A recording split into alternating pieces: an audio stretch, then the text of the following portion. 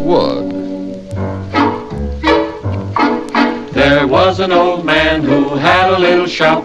All day long he'd chop, chop, chop. He made lots of toys and puppets out of wood, and so many things that were oh so good. The little old man, he lived all alone.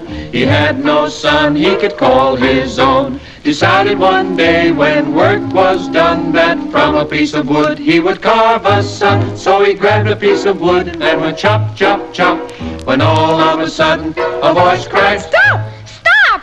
Ouch! You're hurting me!" The little old man couldn't believe his ears. He was never so happy in all his years. His dream is coming true, and if it's so, call the little wooden boy Pinocchio. So the little old man, whose name was Geppetto, kept on carving and chopping. And every time he chopped, he thought he heard a voice cry out, Ouch! Ouch! That hurts! Now you're tickling me! Geppetto grew very excited and worked faster and faster. First he made a wooden head, then the eyes, then a long nose, and then came the mouth. No sooner than he had finished the mouth, the little wooden face cried out again. You're hurting me, you funny old man! Stop it! Stop cutting me up! Don't worry, Pinocchio. I won't hurt you. You're going to be my son, and I will be your father. I, Geppetto, will take very good care of you. Geppetto started in to carve again. First Pinocchio's left arm, then his right, then Pinocchio's left leg, and finally his right leg. As soon as Pinocchio felt his two legs, he jumped out of Geppetto's hands, ran around the room and out the open door into the street. Come back, Pinocchio! Come back, Pinocchio! You naughty little boy! But Pinocchio paid no attention and kept running down the street singing, I'm a funny little boy that's made of wood. I'm carved from a limb of a hickory tree. I have a wooden head and a long, long nose. Everybody laughs when they look at me. He's made of wood from a hickory tree. He's got the longest nose that you ever did see. Pinocchio, Pinocchio, that's his name. He has no sense and he has no shame. Catch me if you can. I can run faster than anyone can.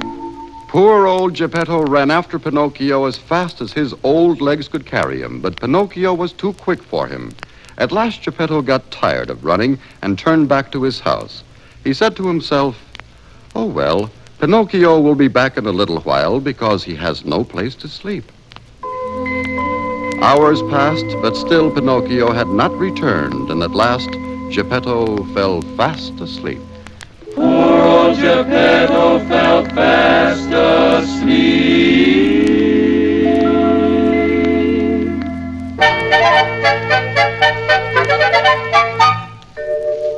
The next morning, Geppetto and all the friendly people of the village set out to find Pinocchio, calling out, Pinocchio, we'll find you if we have to go to Tokyo. Come out, wherever you are. Pinocchio. After hours of walking and searching, Geppetto came to the shore of a great big ocean, and there at last he spied Pinocchio. Catch me if you can. I can swim faster than anyone can. Pinocchio dived into the water and started to swim out to sea as fast as he could. Geppetto jumped into a rowboat and set out to catch his little wooden son. He was rowing his boat when suddenly a huge spray of water shot up right in front of him. Shh! And there, before his very eyes, was a great big whale. Geppetto became very ill. Pinocchio, help me! And then, with one big gulp, the whale swallowed Geppetto, boat and all. Silly old man! I knew he couldn't catch me. So Pinocchio swam back to shore and stood on the beach laughing. Suddenly, a good fairy appeared. You're a naughty little boy, and you ought to be ashamed. Geppetto is in trouble, and you're the one to blame. I am a bad boy, but I'll be good from now on. You'll see. Once more, Pinocchio dived into the water and swam to the spot where the whale was sleeping. Mr. Whale! Mr. Whale! Wake up! Wake up! The whale rolled around and looked at Pinocchio. "What do you want, little wooden boy?" Mr. Whale, please eat me up. "I'm not hungry. I just had my supper. Besides, I'm sleepy. Go away." And so when the whale opened his mouth to yawn, Pinocchio swam into his mouth and down into his belly. I've come to save you, Father. I'll get you out. Pinocchio picked up the driftwood from Geppetto's boat and then lit a match to it. "What are you doing?" cried Geppetto. I'm building a great big fire. Now watch what happens. And soon the smoke from Pinocchio's fire made the whale sneeze and snort. Then with one final great big sneeze, he opened his mouth and blew Pinocchio and Geppetto high into the sky. Over the water they sailed and landed safely on the beach. There stood the good fairy. You really are a good boy, Pinocchio, and you shall be rewarded. And then, with one stroke of her magic wand, Pinocchio turned into a real live boy. Oh, look at me, oh, look at me.